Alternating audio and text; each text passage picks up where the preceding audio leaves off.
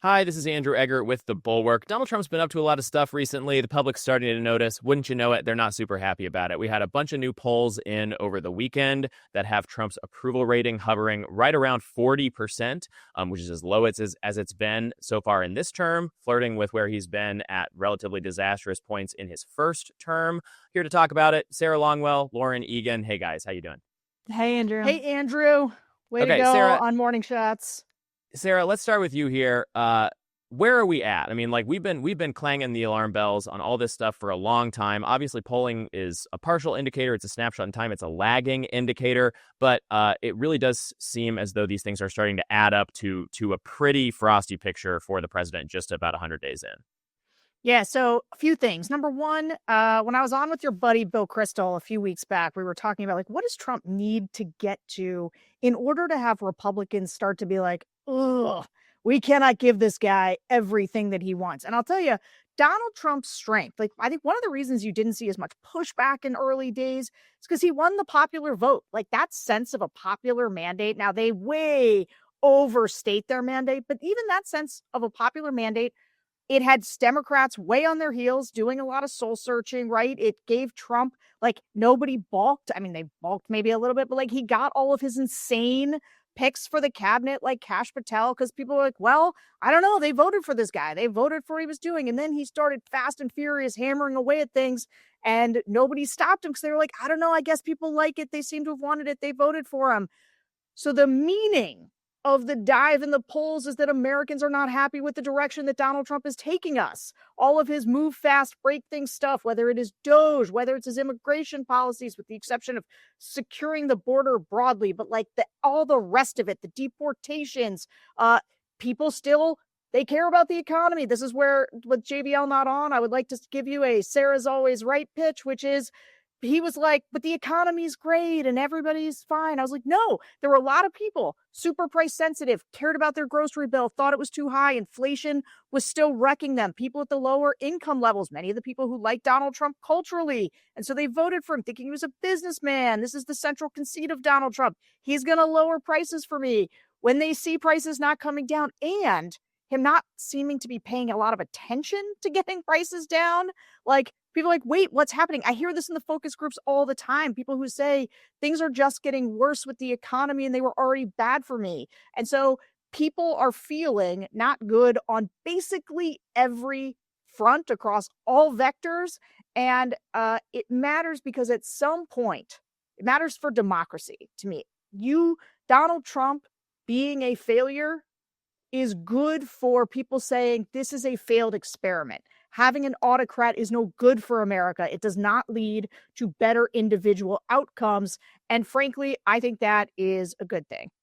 Yeah, that's such an interesting point. And I had not really thought about it in those terms before. I think a lot of people who saw the outcome of the 2024 election just got really blackpilled about the whole concept that you could talk to people about norms or democracy or institutions at all. But I think that's absolutely right. That the worse things get for people on the kitchen table issues, the more incompetent and just sort of destructive he looks on all the stuff that they did vote on, that they do care about, the more it kind of opens the door to talk about all the other stuff. Let me just get a little bit into the nitty gritty of a couple of these polls because I didn't do that off the top. And these are really kind of striking findings. Bill Kristol, our buddy that you mentioned, he wrote this up in Morning Shots this morning. I'll just go through three of them that came out this weekend. CNN. In the field, April 17 to 24, Trump has Trump with a 41% job approval rating, 59% disapproval. That's down 7% in the last 2 months. And this is also interesting. 22% of respondents strongly approve of his performance, 45% strongly disapprove. ABC News, Washington Post Ipsos survey, Trump 39% approval with only 21% strong approval, 55% disapproval, 44% strongly disapprove. So again, 45%. The New York Times poll also has 45% strong disapproval, 28% strong approval. And I think that's kind of shocking to me because, I mean, I think that it's just sort of been a bedrock of how we analyze Donald Trump forever, that he's got his 35%. That's his core base, right? Who are just kind of ride or die for him, come what may, hell or high water. And obviously, you know, I'm sure that a lot of those people are still pulling the partially approve or moderately approve for these polls, but it really does show the extent to which he's on the back foot here. I mean, Lauren, what do you make of of just kind of that element. I mean, like, are we seeing a real softening among Trump supporters here, or is there something else that accounts for that? Yeah, I mean, I think what Sarah said is such an important point about the democracy component of this and sort of rejecting Trump's authoritarian instincts. I think this is a real sort of rejection from voters of some of like the excesses of Trumpism. And I think an important point, like to your question, this could just be the start of it. This is for the New York Times poll. This is the first poll that they've done since the election to this scale. So we need to wait and see. But I think what's really important here is that this could get a lot worse. Trump has, not exactly exhibited a lot of self-control in the past. So will he rein in some of what he's doing on immigration? I don't know. Probably not. Same with the trade war. If that just continues to get worse, this could just be, this could be the best it gets for him for quite some time. And remember, he is a lame duck. So I think what is going to be interesting to see over the coming weeks and months is how do Republicans and congressional Republicans start to respond to this? They all have to run for re-election in a year from now. And do they start to sort of, say this rallying behind Trump is coming at too much of a cost? That I think, we'll have to wait and see sort of how things play out over the coming months and whether the polls hold as, New York Times and the Post continue to do more of these. But again, I think we have to remember he's a lame duck. Congressional Republicans have to, go run for re-election pretty soon. Yeah, they have to win their primaries first. That's going to be one of those things. I mean, there'll be people who are going to be willing to call their shot and say, I think this is the moment that congressional Republicans are really finally going to step up. I'm not going to be that guy. I'm going to wait and see. I mean, I will be shocked the first time it happens, no matter what. Just given the track record, given how that's the one thing that they are still so good at, even amid all this cratering stuff, is they still have that stranglehold on like right-wing chains of communication. Everything is always somebody else's fault. It's the judge's fault that the immigration is going badly. It's other countries who are taking advantage of us fault that, the trade war is going poorly, or it's Howard Lutnick, or it's Scott Bessent. There's always all these excuses. So I will be interested to see how that filters and just down. To his point, if it's not, totally agree with you on congressional Republicans, but then it's like the universities, the law firms, does this kind of make it a bit easier for them to be like, oh yeah, like this guy's out of office in 3.5 years from now. The Supreme Court, yeah, 100%. Right. So like, what are we doing here if these numbers continue to tank? What's the cost benefit of us sort of caving to him? That calculation starts to dramatically change. So we'll have to see what happens. Yeah. The one other thing you mentioned earlier, Sarah, that I just wanted to re-underscore is how all these numbers are falling in tandem. I mean, I think when the trade war first started really tanking the stock market, there was a scramble. There's a lot of reporting saying that there was a scramble in the White House to basically change the subject to anything else in that moment. Like, let's get the news cycle off these crashing markets. A lot easier said than done. But all the things they're trying to pivot to, the immigration enforcement, the fights with the courts, all that stuff, none of these are like safe landing spaces for them. It starts to look like now. Here's the thing about the economy, right? And this is, I went nuts about this for a while when I was listening to Democrats being like, talking about Albrego Garcia is a distraction. We shouldn't do it while the economy is tanking. And I was like, can you guys not do two messages at once? Number one. Number two, the thing about the economy is a lived experience, right? The economy has negative personal consequences on individuals. And so right now, what you are starting to see is amid all the chaos of Trump's tariffs on, tariffs off, stocks go up, stocks go down. Are we firing the Fed chair? Whatever. Amidst all that chaos are a bunch of people who own small businesses, who have investment accounts, who have real reasons why, who would participate in the supply chain in some way, who are watching what's happening. And you're starting to hear these stories get told. The Wall Street Journal has a bunch today from some people who are Trump voters. And I hear these in focus groups who are people saying, I was a Trump voter and now my business is literally being decimated. And even though some of the tariffs are off, people don't realize many of the tariffs are still on, still new, still impacting business. The uncertainty is wildly affecting not just the markets, but the business, anybody who owns a small business or participates in a small business, who's employed by a small business. Like, this has been bad for Main Street. People are feeling it. And so the thing that Democrats need to understand is that Donald Trump is literally doing 3/4 of your job for you by wrecking the economy and filling it with uncertainty. And so they're going to have the lived experience of the economy, which is driving his economic numbers down. And so if you can say, not only is he crashing the economy, but he's ignoring the Supreme Court, he is illegally deporting people. And this is what has happened. Some people went on offense on Abrego Garcia. And so that excess, pointing to that, those things fuse together to lead to a general perception for people. This is when people talk about vibes, right? We talk about, it's the idea that the cumulative effect of these things overall lead to people being like, dude doesn't know what he's doing. He's not doing a good job. I don't feel good about the direction of the company. I don't understand the ins and outs or the particulars of this. And look, I listened to these voters. I just did an episode with Ann Applebaum where we were really asking voters about sort of the authoritarianism and the deportations. And look, Trump voters were basically like, I don't know, he's an MS-13 criminal, like, get him out of here. And so, like, look, he's still going to have, but there's enough people who are saying, is this okay? This doesn't feel okay. And there's a couple people in the groups who say he's ignoring the Supreme Court. He should not do that. So that overall is going to lead to Donald Trump. The numbers go down, and the more the numbers go down, Lauren just made this point, and it's extremely important. I don't care how big a lame duck he is. The point is when he losing that mandate, losing the perception that the American people are squarely behind him in the things he wants to do, makes it easier for people to stand up, right? Because they're less afraid of him because he is less because it's not Trump. It's not just Trump they're afraid of. They're afraid of the fervent devotion of his followers and the fact that they are going to dominate politics and elections, that Donald Trump can wield them however he wants. And if that is diminished, he becomes much less potent political figure, and the fear becomes less potent, and you can really push back. And this is why people need to go on offense and not be afraid. And look, he individually going after people, can he still do real damage to people? Yes. Does he still going to try to threaten 60 Minutes and CBS over the Paramount deal? Probably, but that leverage goes down as people stand up to him. And this him doing a crappy job, like just not doing a good job as the manager of the country, goes a long way to reducing that mandate. And that's why it's important. That's why it's not just like, ooh, let's all look at polls. No, this is a barometer of public support, and the public is no longer support. Look at this.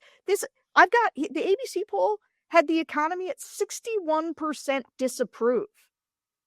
That on is an issue of major strength for him 4 months ago, 5 months ago. Just the central mythology of Trump. He's a good businessman. You take that away from him, it starts to make a big difference in voters' minds. You could almost look at it like perhaps the most important confrontation over the next 3 years is Donald Trump versus John Roberts, right? Chief Justice of the Supreme Court. I would way rather live in a world where Donald Trump is the one who's having to look over his shoulder and triage political support and triangulate for dropping polls, rather than John Roberts being the one who's like, gosh, this guy's got this giant mandate. How am I gonna prop up the institutional credibility of my institution? Is it going to be important for me to cave on some of this stuff? We'll see how all that goes. Lauren, I wanted to ask you as well. Obviously, all these polls are primarily about Donald Trump. That's the headlines, what we've been talking about all this time. Sarah, you mentioned the Democratic response to some of this, and it's not as though it's an uncomplicated like super cheery picture for Democrats either in some of these. Can you talk about? I forget, was it the Washington Post poll that did some questions about the Democrats as well? Yeah. I think in all three of these polls, there's, some mixed news for Democrats. Obviously, to your point, good news for them that Trump support is softening. That's something they're obviously going to celebrate. But yeah, the Post poll had, I think 7 in 10 say that the Democratic Party is out of touch, and 6 in 10 say the same about Trump. That's obviously been this huge challenge for the Democratic Party. They're trying to sort of figure out how they're not just the party of the elites and the overly educated. They haven't found an answer to that. And then some more positive news in the Times poll on the generic ballot. So that's just a generic Democrat versus Republican. Democrats do about 3 points better. My takeaway from that is that Democrats, still have a lot of work to do. I think that there's some Democrats who are looking with a lot of hope towards the midterms, who think that they really, will win back the House.